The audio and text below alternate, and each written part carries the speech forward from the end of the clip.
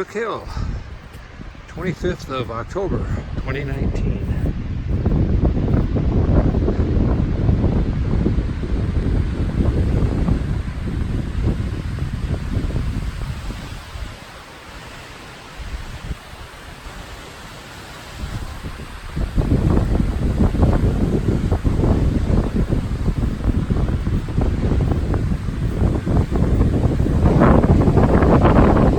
Blustery day indeed.